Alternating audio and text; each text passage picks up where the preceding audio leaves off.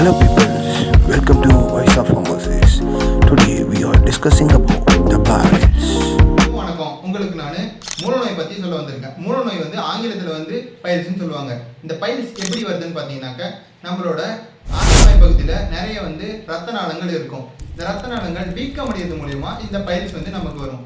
இந்த பைல்ஸ் ரெண்டு வகைப்படும். ஒன்று உள்மூலம் வெளிமூலம்னு ரெண்டு வகையான மூலம். என்னென்ன மாதிரி அறிகுறிகள் இருக்குன்னு பார்த்தீங்கன்னா மலச்சிக்கல் ஏற்படும். அதே மாதிரி நம்ம மனத்தளவு ஆசனவாயில் நிறைய வலிகள் ஏற்படுறதுக்கு வாய்ப்பு இருக்குது. அதுக்கப்புறம் ரத்த கசிவு ஏற்படலாம், இல்லை ஆசனவாயில் எரிச்சல் கூட ஏற்படலாம். மூலநோய் எப்படி வருதுன்னு பார்த்தீங்கன்னாக்க நம்ம குறைந்த அளவுக்கான ஃபைபர் நார்ச்சத்துள்ள பொருட்களை நம்ம சாப்பிட்றது மூலியமாகவும் அதிக வெயிட்டை நம்ம தலையில் சுற்றுறது மூலியமாக இந்த ஜிம் எக்ஸசைஸ் பண்ணுறவங்க அந்த மாதிரியான ஆட்களுக்கும் நம்ம ப்ரெக்னென்ட்டான லேடிஸ் இருக்கு பார்த்தீங்களா, அவங்களுக்கு இது ப்ரெக்னென்ட் டைம்ல இது வரதுக்கான வாய்ப்பு இருக்குது. நம்ம பாத்ரூம்ல நிறைய நேரம் முக்கி போகிறது இந்த மூலநோய்ன்றது வர்றதுக்கான வாய்ப்புகள் நிறைய இருக்குது. மூலம் வந்திருக்கு அப்படிங்கிறது எப்படி தெரிஞ்சுக்கலாம்னு பார்த்தீங்கன்னா அதுக்கு நிறைய டெஸ்ட்டுகள் இருக்கு. முதல்ல ஃபிசிக்கல் எக்ஸாமினேஷன், அடுத்தது டிஜிட்டல் ரெக்டல் எக்ஸாமினேஷன், புரோட்டோஸ்கோபி, ஆனோஸ்கோபி இப்படின்னு நிறைய டெஸ்ட் இருக்குது. ஃபிசிக்கல் எக்ஸாமினேஷனில் என்ன பண்ணுவாங்கன்னு பார்த்தீங்கன்னா நம்ம கண்ணால் பார்த்து டெஸ்ட் பண்ணக்கூடிய ஒரு டெஸ்ட் தான். கண்ணால் பார்த்து ஏதாவது தச வளர்ச்சி அதிகமாக இருக்கா, இல்லை ரத்தம் ஏதாவது வடியுதா, அதாவது ரத்த கசிவு ஏதாவது இருக்கா, இது மூலமாக நம்ம மூலம் வந்ததுன்னு தெரிஞ்சுக்கலாம். இதுக்கப்புறம் டிஜிட்டல் ரெக்டல் எக்ஸாமினேஷனில் என்ன பண்ணுவாங்கன்னா நம்ம கையில் க்ளவுஸ் மாட்டிக்கிட்டு நம்ம ஒரு விரலை, இந்த ஆல்ரெடி விரலில் மட்டும் வளவளப்பான ஒரு திரவத்தை நம்ம தடவிட்டு நம்ம ஆசன வாயில் விரலை விட்டு நம்ம டெஸ்ட் பண்ணணும். அப்படி டெஸ்ட் பண்ணும்போது உள்ளே ஏதாவது தசை வளர்ச்சி இருந்துச்சுன்னா நமக்கு விரலை தட்டுப்பட்டு நம்ம கண்டுபிடிக்கலாம்.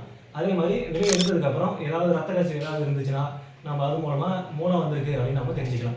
அடுத்தது இந்த புரோட்டோஸ்கோபி, ஆனோஸ்கோபின்னு டெஸ்ட் இருக்குங்களா, ரெண்டுமே ஒரே மாதிரியான ஒரு டெஸ்ட் தான். ரெண்டுலையுமே ஒரு கருவி ஒன்று யூஸ் பண்ணாங்க. அது ஒரு பைப்பு வடிவத்தில் இருக்கும்.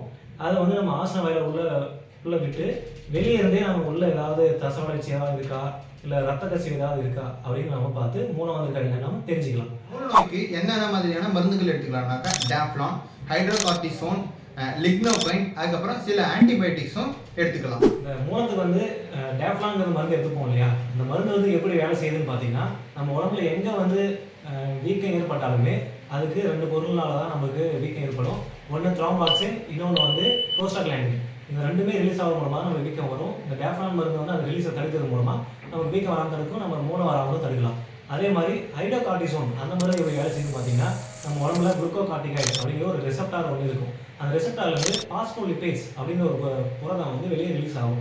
அது ரிலீஸ் ஆகாமல் தடுக்கிறது மூலமாக நம்ம மூலம் வராமல் தடுக்கலாம். இந்த மூலநோய் வரத்துக்கு முன்னாடி என்னென்ன முன்னெச்சரிக்கை நடவடிக்கைகள் எடுத்துக்கணும்னாக்க நம்ம அதிக அளவுக்கு நார்ச்சத்துள்ள உணவுகளை எடுத்துக்கிட்டாலே இது 70% அளவுக்கு இதை தீர்த்தலாம். அதுக்கப்புறம் நம்ம பாத்ரூமில் ரொம்ப நேரம் செலவு பண்ணி முக்கிய பாத்ரூம் போகிறத நிறுத்திட்டு பாத்ரூம் வந்தால் போங்க, இல்லைனா வெளியே வந்துடுங்க, அது வரும்போது போய்க்கலாம். அதுக்கப்புறம் நம்ம அதிக அளவுக்கு வெயிட்டு தூக்குற மாதிரியான வேலைகளை செய்யறது கொஞ்சம் தவிர்க்கலாம். அப்புறம் ரொம்ப நாள் ஒரு நாள் ஃபுல்லாக உட்காந்துட்டே வேலை செய்கிற மாதிரி ஆட்கள் இருந்தாங்கனாக்கா ஒரு 2 மணி நேரத்துக்கு ஒரு வாட்டி ஒரு பிரேக் எடுத்துட்டு ஒரு சின்ன வாக்கு மாதிரி போயிட்டு மறுபடியும் அவங்களோட வேலையை தொடரலாம். போதுமான அளவுக்கு தண்ணீரை குடிப்பது ரொம்ப நல்லது. அதுக்கப்புறம் அதிக அளவுக்கான காரம் உள்ள பொருட்கள், கறி, மீன் அது மாதிரியானதெல்லாம் தவிர்க்கலாம். வீடியோ பிடிச்சிருந்தா லைக் அண்ட் கமெண்ட், சப்ஸ்கிரைப் பண்ணுங்க.